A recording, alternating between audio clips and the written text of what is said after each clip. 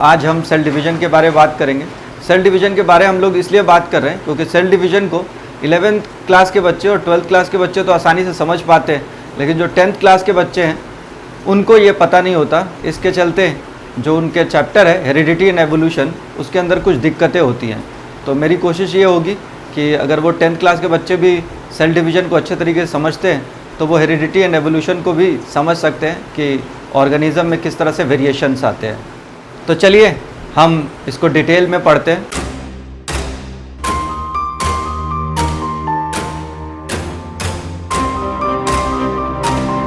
Cell division जो ये शब्द है, अगर हम सेल डिवीज़न देखें तो सेल डिवीज़न का मतलब होता है सेल का डिवाइड होना। सेल जैसे ही मैच्योर होता है तो सबसे पहले उसका जो न्यूक्लियस है वो दो पार्ट में डिवाइड होता है, और न्यूक्लियस दो पार्ट में डिवाइड होने के दौरान उसके क्रोमोसोम्स भी दो पार्ट में डिवाइड होते हैं, और जैसे ही क्रोमोसोम डिवाइड होते हैं तो उसके साथ साथ सेल के जो दूसरे सेल ऑर्गेनेल्स हैं, माइटोकॉन्ड्रिया, लाइसोसोम, गोल्गी बॉडीज़, ये सारे के सारे हाफ हाफ पार्ट में डिवाइड हो जाते हैं, और इस तरह वो एक सेल दो सेल में कन्वर्ट हो जाता है।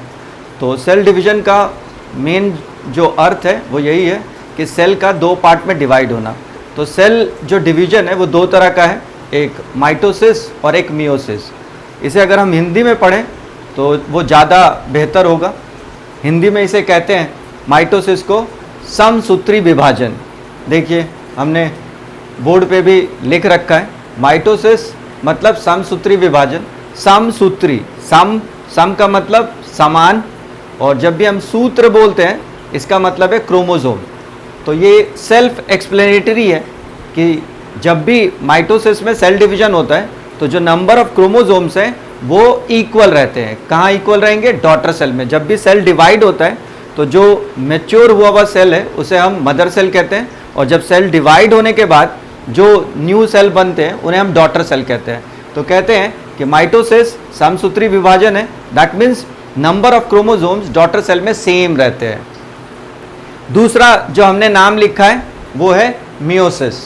यहाँ भी हमने साफ साफ हिंदी में भी आपको लिख कर दिखाया है कि अर्धसूत्री विभाजन। अब शायद आप बेहतर समझ पाओगे क्योंकि हमने आपको बताया है कि समसूत्री विभाजन क्या होता है। तो अर्धसूत्री, अर्ध मतलब हाफ और सूत्र मतलब क्रोमोसोम। दैट मीन्स जब इस तरह का सेल डिवीजन होता है तो जो नंबर ऑफ क्रोमोसोम्स हैं वो डॉटर सेल में हाफ रह जाते हैं। तो इस तरह सेल डिवीजन दो तरीके का होता है, एक माइटोसिस और एक मियोसिस। माइटोसिस जिसमें number of chromosomes daughter cell में सेम रहते हैं, और मियोसिस जिसमें नंबर ऑफ क्रोमोसोम हाफ हो जाते हैं। तो चलिए हम लोग जानते हैं कि माइटोसिस कहाँ होता है और मियोसिस कहाँ होता है। तो इसे भी हमने एक ब्रैकेट के थ्रू आपको मेंशन कर रखा है कि जो माइटोसिस है वो सभी सोमैटिक सेल में होता है। हम लोग कहते हैं कि जो हमारी बॉडी है वो छोटे छोटे सेल से मिलकर बनी है, तो वो जितने भी सेल्स हैं उन्हें हम सोमैटिक सेल कहते हैं, एक्सेप्ट रिप्रोडक्टिव सेल। तो कहने का मतलब है कि पूरी बॉडी सोमैटिक सेल से मिलकर बनी है, और जो रिप्रोडक्टिव सेल्स हैं उनका बिहेवियर थोड़ा अलग होता है। तो बॉडी के अंदर रिप्रोडक्टिव सेल को छोड़कर जितने भी सेल हैं उन सबको सोमैटिक सेल कहते हैं। तो उनके अंदर माइटोसिस होता है। माइटोसिस से होता क्या है अगर हमको ये जानना है, तो जैसे हम छोटे होते हैं, तो जब हम छोटे हैं तो हमारे ऑर्गन भी छोटे हैं, हाथ भी छोटे छोटे हैं, पाँव भी छोटे छोटे हैं, और फिर कुछ समय के बाद हम लोग बड़े होते हैं, हमारी लंबाई बढ़ती है, हमारे हाथ बड़े हो जाते हैं, पैर बड़े हो जाते हैं। तो हम कहते हैं इसे बेसिकली ये जो बड़ा हो रहा है, हम जो भी बच्चे की लंबाई बढ़ रही है, चौड़ाई बढ़ रही है, उसके पीछे कारण क्या है? माइटोसिस। अर्थात हमारे बॉडी के अंदर जितने भी सेल हैं वो डिवाइड हो रहे हैं, उनका नंबर इंक्रीज़ हो रहा है, और उसके नंबर इंक्रीज़ होने से हमारे ऑर्गन भी बड़े बड़े होते चल जा रहे हैं, और फिर एक सर्टेन लिमिट होती है, वहाँ तक सेल बहुत तेज़ी से डिवाइड होता है, और फिर आगे चल कर के जैसे जैसे एज बढ़ती है तो वो थोड़ा स्लो डाउन हो जाता है। इसीलिए हम लोग कहते भी हैं कि जो छोटे बच्चे हैं उनकी लंबाई बहुत तेज़ी से बढ़ती है, क्योंकि उनके अंदर ये जो सेल डिवीज़न की प्रोसेस है वो बहुत तेज होती है, लेकिन एक सर्टेन एज के बाद वो थोड़ी सी स्लो डाउन हो जाती है, और फिर जैसे ही हम लोग ओल्ड एज में जाते हैं तो वो बहुत ही ज़्यादा स्लो हो जाती है। मतलब माइटोसिस बहुत स्लो हो जाता है, इसीलिए कहते हैं कि जो अंदर के सिस्टम्स वगैरह है वो ख़राब होने शुरू हो जाते हैं। इसे हम कभी दूसरे वीडियो में आपको विस्तार से समझाएंगे।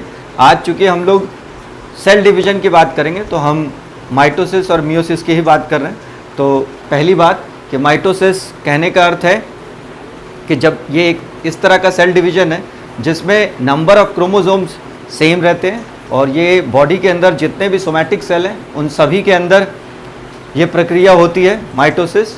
और इसका फ़ायदा क्या है कि इससे एनिमल में ग्रोथ होती है, ठीक है। और माइटोसिस में भी अलग अलग स्टेजेस हैं, उन स्टेजेसों को भी हमने थोड़ा डिटेलिंग किया है, ज़्यादा विस्तार में नहीं, लेकिन आपको ये समझाने की कोशिश करेंगे कि माइटोसिस में होता क्या है। क्योंकि सेल डिवाइड होने की जो प्रक्रिया है उसमें सबसे इम्पॉर्टेंट बात है न्यूक्लियस का डिवाइड होना। सबसे पहले न्यूक्लियस डिवाइड होगा और फिर जो बाकी सेल ऑर्गेनेल्स हैं वो भी डिवाइड होंगे। तो हम लोग जब भी इस स्टेजेस को देखते हैं तो उसमें हम फोकस न्यूक्लियस को ही करते हैं। तो यहाँ भी हम सिर्फ न्यूक्लियस को हमने मेंशन कर रखा है। तो जो माइटोसिस है इसको हम बेसिकली 5 स्टेजेस में डिवाइड कर सकते हैं। पहला स्टेज है प्रोफेज। प्रोफेज को भी हमने 2 स्टेज में डिवाइड किया है, अर्ली प्रोफेज और लेट प्रोफेज, इसलिए ये 2 स्टेज इसको अगर हम मान लें। और फिर एक मेटाफेज, एनाफेज एंड टेलोफेज, ये 4 स्टेजेस हैं जिसके थ्रू माइटोसिस होता है। तो यहाँ जैसा हमने सेल पढ़ाते वक्त भी आपको बताया था कि न्यूक्लियस के अंदर जो भी क्रोमैटिन मटेरियल होता है और वो क्रोमैटिन मटेरियल ही आगे चलकर कंडेंस होकर के क्रोमोसोम बना देता है।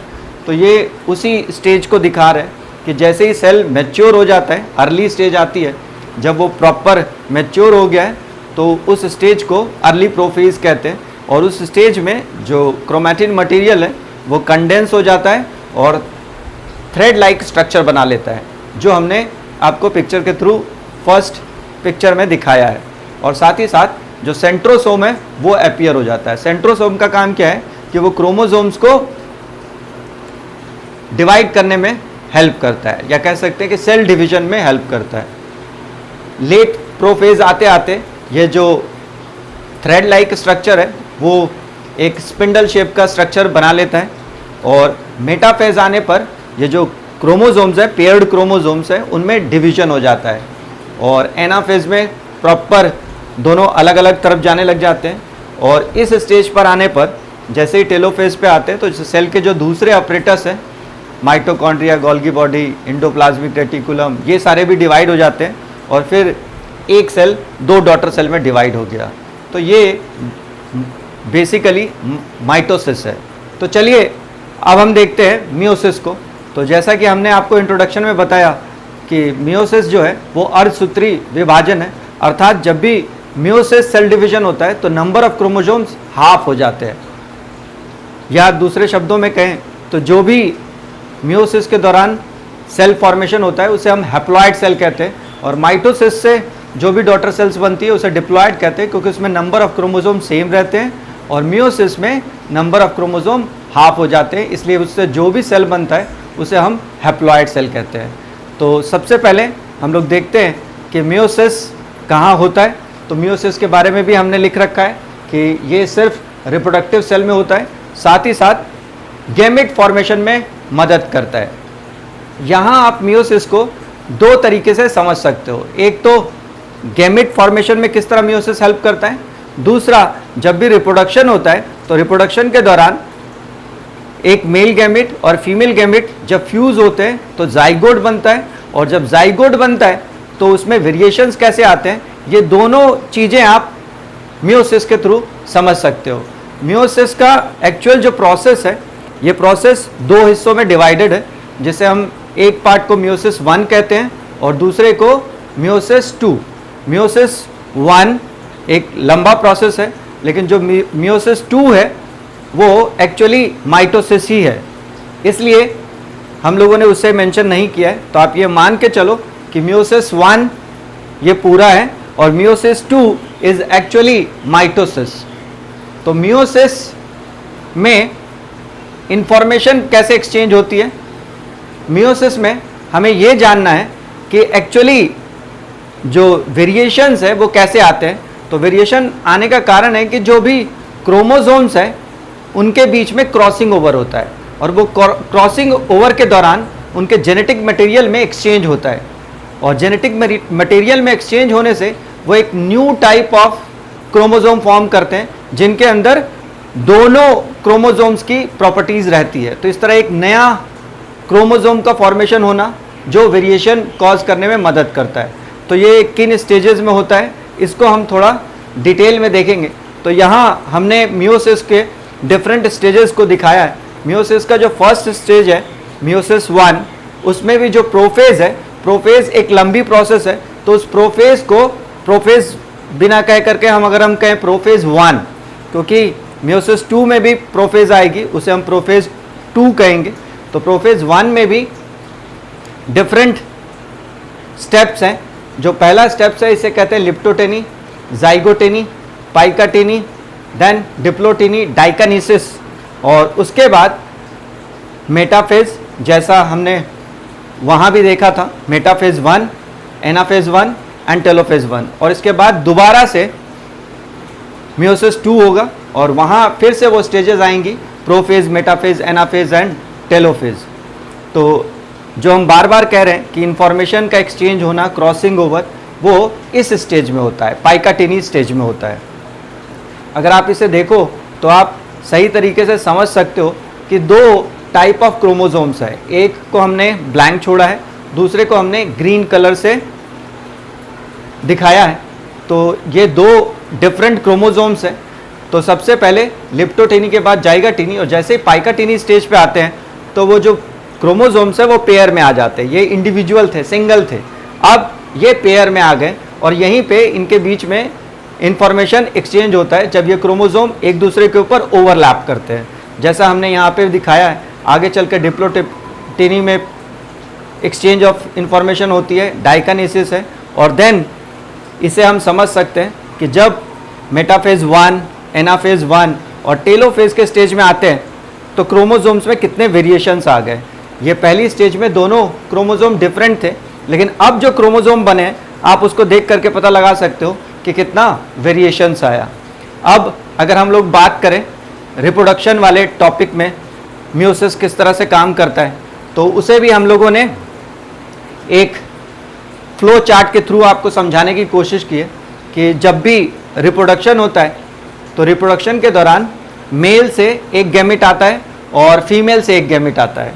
तो जो मेल गैमेट फॉर्मेशन होता है स्पर्म का या एग का, वो मियोसिस रिप्रोडक्टिव सेल में जब होता है तभी ये गैमेट बनते हैं।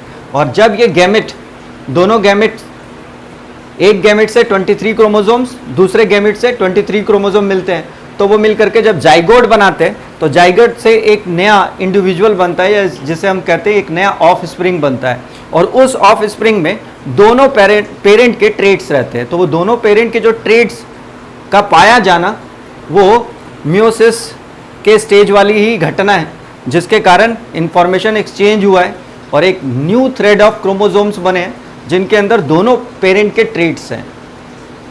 तो इस तरह हम लोग देख सकते हैं कि दो तरह का सेल डिवीजन होता है, एक माइटोसिस और एक मियोसिस। माइटोसिस एक ऐसा सेल डिवीजन है जिसमें number of chromosome daughter cell में सेम रहते हैं, और मियोसिस जिसमें नंबर ऑफ क्रोमोसोम्स हाफ हो जाते हैं। बाकी माइटोसिस ग्रोथ के लिए रिस्पॉन्सिबल है और जो मियोसिस है वो रिप्रोडक्टिव सेल के लिए रिस्पॉन्सिबल है। तो आज का जो हमारा ये वीडियो है वो आपको यही समझाने के लिए था कि सेल डिवीज़न कितने तरीके का होता है और इन सेल डिवीज़न का इम्पोर्टेंस क्या है। आपके लिए हमने पिछली वीडियो भी बनाई थी सेल, उसे भी आप लोगों ने बेहद पसंद किया है, तो इसी को ध्यान रख करके हमने इस चैप्टर को आगे कंटिन्यू किया है। ऐसे ही आप हमारी वीडियो देखते रहें, हम और ज़्यादा मेहनत करेंगे और बेहतर वीडियो बनाकर आपके सामने आएंगे। तो इसी तरह आपका प्यार मिलता रहे, इन्हीं आशाओं के साथ मैं विदा लेना चाहता हूँ। नमस्कार।